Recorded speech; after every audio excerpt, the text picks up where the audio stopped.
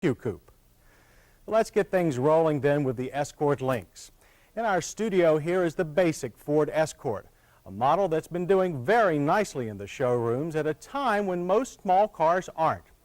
In the 1985 model year, almost 445,000 Escort and Lynxes were sold here.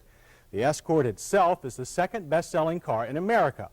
Now, there are a couple of reasons for the Escort and the Lynx's popularity. Their recent facelift is one, and their European flavor could be another. And this European influence can be found on both models. Once you get past the trim, what we say about this Lynx goes for the Escort too, allowing for a few dollars difference in price.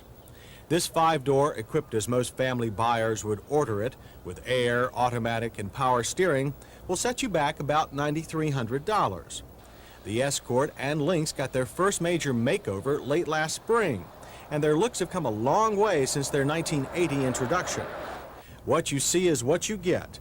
All new front sheet metal with flush headlights, and new tail lights minus the old chrome frame.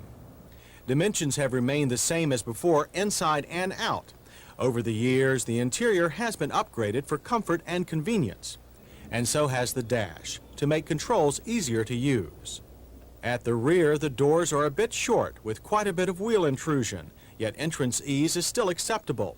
The back doors also come standard with child safety locks. If you'd rather carry cargo than kids, there's a useful full or split folding rear seat standard. Combining with a wide hatch, they make the Escort Lynx the very model of utility. But don't let the Lynx fool you. It's not completely suburban. Base power comes from a carbureted 1.9 liter rather than last year's 1.6. Standard horsepower is up 23% to 86, and acceleration time is down. It took 13.4 seconds to go from 0 to 60, and 5.7 seconds from 40 to 55. Not bad performance considering our car had a 3-speed automatic that downshifted only when it felt like it. The Lynx even stops better than some performance cars. From 55, distances averaged 107 feet after 6 tries. We rate that as very good. But here's the best part. Ford rethought the car's suspension, changing the geometry, spring rates, bushings, and steering. Now the Lynx has the crisp feel you usually expect only from imported cars. There's mild front tire scrub at first, but as the body leans to its stops, the rear loosens up, but never enough to really get away from you. As for economy, the Lynx Automatic is EPA rated at 27 city, 36 highway, but we came away with only a disappointing 25 on our 100-mile mixed driving loop. But overall, there's a lot to like about a Lynx. Fresher looks, its improved handling and power, and its good utility. On the miss side, an automatic transmission that doesn't downshift on command, and a disappointing fuel economy loop. Maybe the two are related.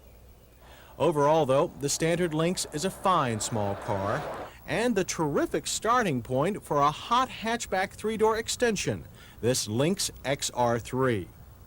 Our XR3 takes its name, its looks, and its spirit from its European Ford cousin, the Escort XR3. If you thought high performance and Lynx were mutually exclusive, this car, or its Ford brother, the Escort GT, will make you think twice.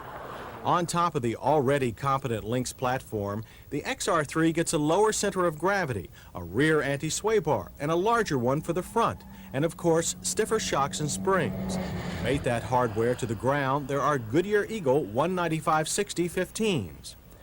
The XR3 has minimal body roll and only moderate front tire scrub. And unlike the base Lynx, the XR3's tail stays put unless you totally lift off the throttle. The only thing that could improve the XR3's handling is slightly quicker steering. In an emergency lane change, the XR3 is also extremely stable.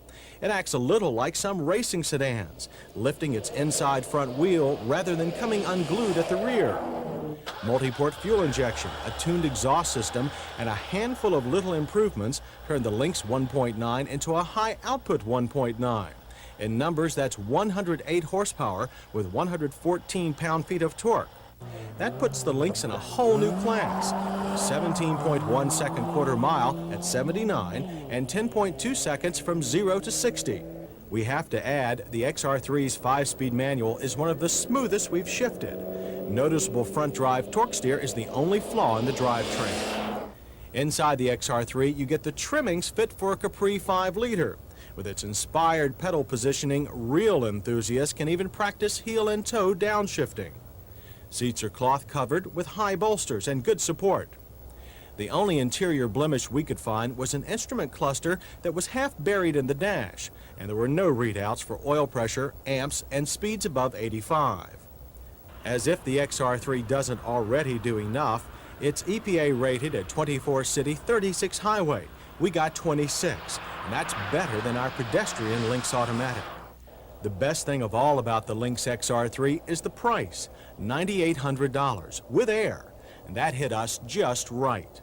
So did the smooth shifting 5-speed and all the XR3's hot hatchback performance qualifications. On the miss side, we would have liked less torque steer and more instrumentation. But after driving the Lnyx GS and XR3, we almost hate to ask anything more. Except whatever happened to the 2-seater version? You know, the Ford EXP. Well, it's restyled and back this spring, bug-eyed no more, with much of the XR3 GT hardware included. We knew the Lnyx and Escort were very good cars, and now they just might be very near to great ones.